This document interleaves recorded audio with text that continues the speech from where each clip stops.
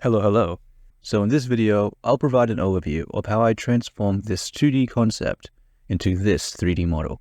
A significant part of this project involved practicing anatomy, so that would be a major talking point throughout this video. I'll discuss the aspects that were successful, those that weren't, the challenges I faced, and how I addressed them. So, with the introduction out of the way, let's begin. So, the first step in creating the character involved two main tasks: gathering references and researching techniques. So to collect references, I ventured into Sketchfab and searched for 3D scans of women. Navigating through the demonetization minefield that were the results, I eventually found a model to use for my reference. Regarding technique, I chose to follow a video by Jan Scopes. In it, he explains how to segment the body into parts and to blend them together in a straightforward and understandable way. Now with the preparation complete, it was time to dive into Blender and start sculpting. In Jan's video, he emphasizes the importance of the head in determining the proportions of the rest of the body. So staying true to this method, I imported a basic head mesh to use as an anchor point for the proportions. I then diligently started sculpting the model, making sure everything was proportional to it, for about 8 minutes.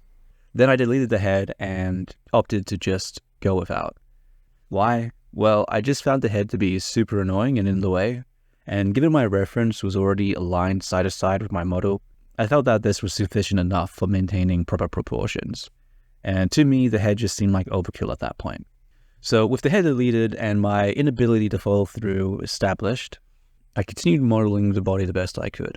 After modeling and merging the different parts together, I decided to keep the face sets in place, believing that they would aid me in distinguishing the body's main forms. But in hindsight, all the face sets did was encourage me to focus too narrowly on the individual parts. But more on this later. So, after an hour or so of sculpting, this was what I was left with. Definitely doesn't look great. But, no worries, there's an easy fix to this.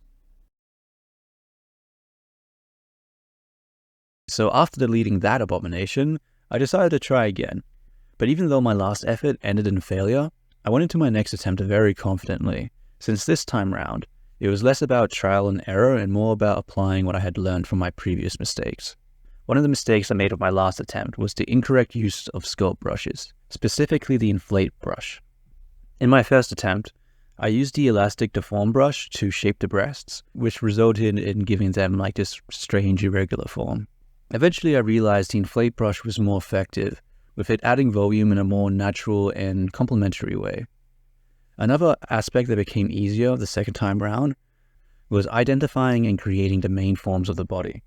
In my last attempt, I naively segmented the body, but the human body is a lot more complicated than that, and it has shapes within shapes with like an organic flow, but which wasn't really represented in the way I was presenting it to myself. So when modeling the body the second time, I made sure to focus on the shapes that flowed between the base structure. And after small adjustments here and there, I was left with a base mesh that I was happy with. With that done, I added some arms and a rig to the character, and then started posing the character. Now you might be wondering why I didn't add legs as well, and I didn't think it was going to be in the final render, so I thought it would be just a waste of time. But I sort of regret not adding them now because I feel like it wouldn't have taken that much more time to just add it, and it would have made the character model a lot more flexible for future purposes. But oh well, next time.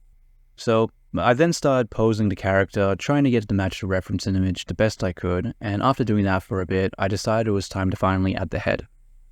Now, the point of this project wasn't to practice modeling anime heads, so I employed the professional tactic of let's not and say we did. So after importing the head, it was time to model the hair. Now, the hair was fairly easy to model, since the style was very generic and it had a clear shape hierarchy. The front, side, tails, and top. It was pretty neatly segmented. The only confusing part was the pigtails, since I was using an AI image, and the area with the pigtails was a little scrambled. But at that point, I was still just blocking stuff out, so I decided to not try to figure it out and to just leave it for later.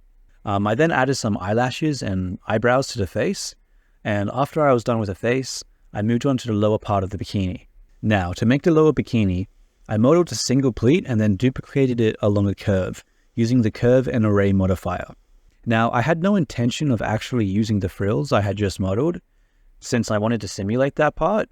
I just needed the shape there, to help me spot errors with the base mesh. And spot errors I did. So in the reference, the waist had an exaggerated dip, but my model didn't have that. So I had a look at some other models and they didn't have the same waist exaggeration that my reference had. So I thought maybe this was just a stylized shape since it was an anime character, but to be on the safe side, I decided to not be lazy and to keep looking. And eventually I found a 3D scan that had the shape I was looking for. Turns out I just did a shit job posing the character. So with my new piece of reference, I fixed my character's pose and adjusted my sculpt. With the pose fixed, I completed blocking out the bikini. After that, I returned to the hair, finishing the incompleted parts and adding extra detail to the existing clumps. Following that, I completed the character's outfit by adding the remaining accessories. Throughout this entire process, I was continuously making adjustments to the base mesh. Now, after finishing all of that, it was time to start the cloth simulation. To simulate the bra, I imported the mesh, duplicated it over itself, connected the matching edges, slightly increased the size of the outer layer, and then initialized the simulation. To create the ruffles, I initially attempted to connect a rectangular fabric to the top of the bra and then simulate it, but unfortunately this didn't give me the results I desired. So I went back to Blender, extruded the edge out a bit, and then tried the simulation again. This time it worked, and I achieved a result similar to the reference image. I then simulated the lower part, the arm wraps, and I was done. After importing the simulated results into Blender, it was time to start the reason most of you clicked on this video, the texturing process. So I textured the model. Okay, so now that that was done, it was time to start doing some animation. Now to do the animation, it was time to dive into the texture painting. Now my plan was to break down the painting process into layers, similar to what you would do in a traditional drawing program.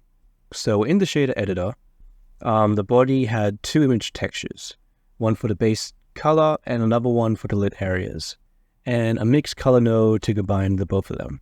Now I opted for this approach to make the painting workflow less destructive and for it to maintain more consistent values throughout the image.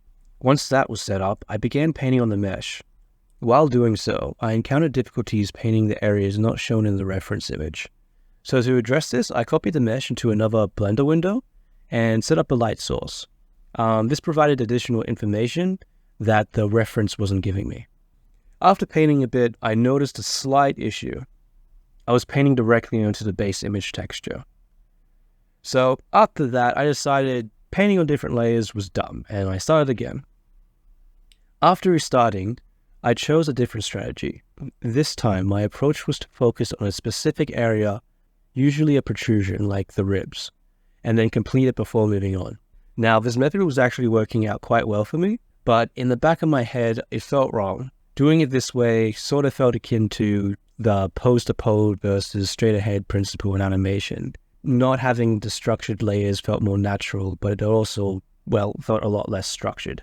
But regardless, I carried on. After finishing the body, it was time to do the clothes. Now, painting the clothes needed a bit of a different approach, since the bra sort of matched the reference, but the ruffles didn't at all. And they were also a completely different style to what my mesh actually was. So to deal with the ruffles, I thought about it in two parts. Firstly, I just assumed the peaks would be light and the troughs would be dark. And secondly, I assumed that the overall value should be similar to that of a flat object of the same shape. So using this logic, I painted the ruffles. It was sort of hard to paint without direct reference, but I also had the sunlit model from before to aid me. So after that was done, it was time for another round of fix the proportions. So I overlaid the character over the reference, and it actually lined up pretty well. But when putting the reference side to side with my model, it was clear that the body within the reference was a lot more elongated, while my model, on the other hand, looked like it had suffered a hydraulic press injury. So I needed to adjust the character again. But it was sort of hard to do because it looked like it already lined up with the reference, and I wasn't really sure how to deal with that. So I just did what I did before and just winged it with the proportions. Instead of focusing on making it look correct, I was more concentrated on making it look good. And after some adjustments, this is the before and after. And personally, I think it looks a lot better. So with the modeling finally complete, it was time to finish off the texturing. So I painted the hair, face, accessories, and I was finally done with the model. So with the model done, it was time to add a background. To create the water, I downloaded an ocean shader by Christoph. I then imported the image plane and matched it up to my reference image. After that, I went into the shader editor and I started adjusting the colors. I also switched one of the color mix nodes from screen to color dodge, since color dodge gives a more glowy, translucent color. I then moved the fake speculars and deleted the normals. For the sky, I just did a plane with a gradient, and for the clouds, I imported the Ghibli cloud from Lightning Boy Studios, and just matched it up with my references as best I could. If you're interested in stylized rendering, which you probably are considering you're watching this video, I would highly recommend to check out their channels. 10 out of 10, would leverage their work for myself again. Now that the background was done, I made a quick animation where I created a second pose and interpolated between them, and then just offset the keys for the different parts of the body, just for some easy overlapping action. With the animation done, it was time for the final step, post-processing. Now, since I had already manually adjusted the contrast and color in the material shader, the only real thing I did was test out the different glares and pick the one that I liked the best. I then rendered the animation, and I was finally done. Okay, reflection time.